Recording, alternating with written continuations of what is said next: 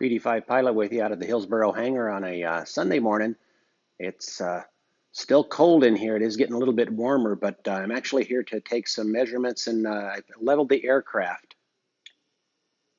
So with the water line on the aircraft verified as being level, these jacks come in really handy for that.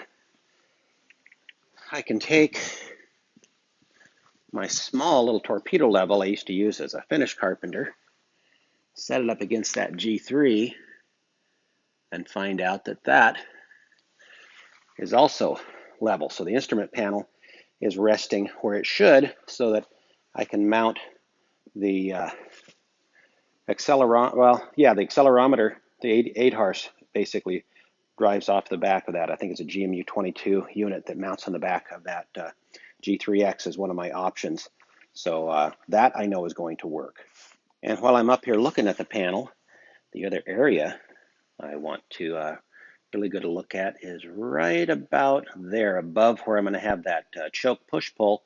I want to have a standby power for the TCW backup battery that's going to power the G3X as well as the engine monitoring the GEA24 module that's going to be back behind the seat, so that were I to have electrical failure with the main instruments, the main battery bus, I would have something to back up and still read engine parameters and get the airplane on the ground safely.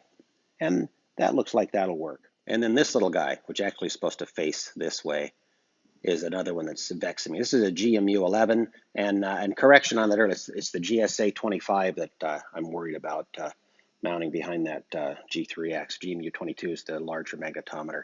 This is the smaller magnetometer, and it's like, where do I put this? If it'll mount this way, there's a chance, because I did find, I was thinking of maybe making an inspection plate and mounting it under here, but that's about an 8-degree angle, so that won't work. I need to be within 3 degrees.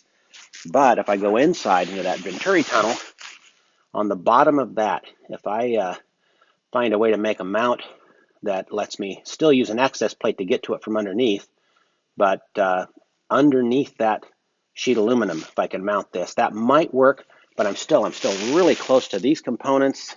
Inside of the engine well there, I'm going to have the autopilot servos, and so that creates a whole bunch of opportunity to create problems. A thought I had for this little unit was to mount it, if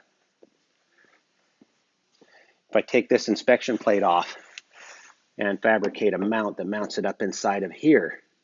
But once again, I am pretty close to gear components that are going to be metal. I'm close to the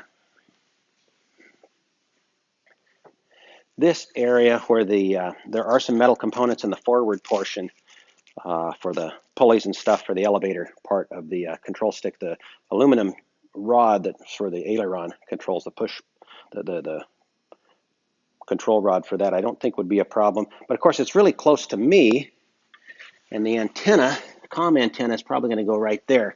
So I'm still in close proximity to a lot of things that can cause a disturbance. So what I started thinking, I'd read, put these on the wingtip. Well, the wingtip on the BD5 is really rather small, and I have a big lead weight and a sheet metal piece here that braces and holds that in. And then I've got my other components, my landing light, my nav lights and strobes all out here. Now they are LED, they're not a big current draw, but I still have electricity going out to those.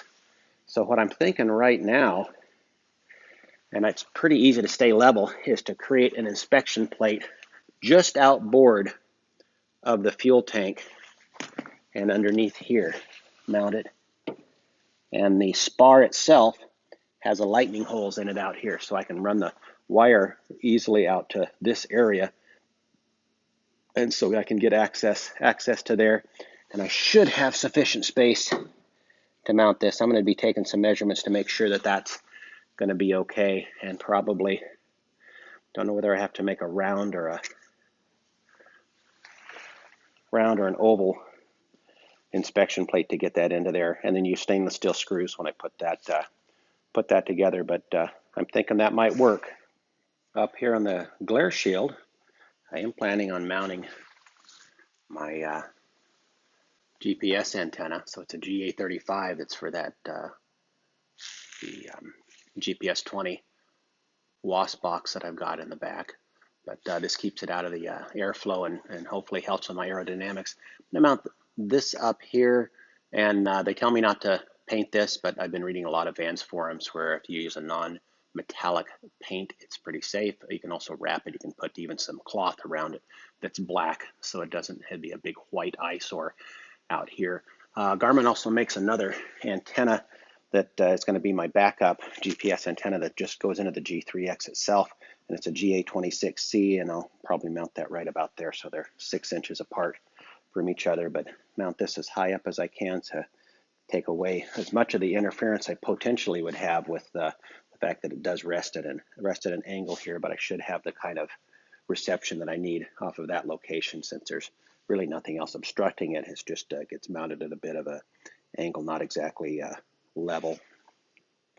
So you know what I'm working on, what's vexing me, and until I get the engine, this will kind of keep me occupied. I do plan on picking up the backup battery this Thursday, as well as that little the smaller antenna, the GA26C antenna for the GPS, so that I can start test fitting all of that. I was going to show you one other thing. Up here on the glare shield, one of the ideas I've got, and let's see if I can superimpose it so you see what I'm meaning, is I want to drill holes for cooling, so just to let hot air that might accumulate up underneath the panel here to help keep the instruments cool. I'm going to do it in a pattern. Now the pattern I'm going to show you there is all red, but those are just indicating where the holes are going to go, so that just for a nice feature, someone gets up close, they'll see the BD5 in the shadow, so to speak. Well, that ends up being what I get done this weekend. I'm in a seminar next weekend, so it'll be 2 weeks before I work on the plane again. BD5 Pilot is out for now.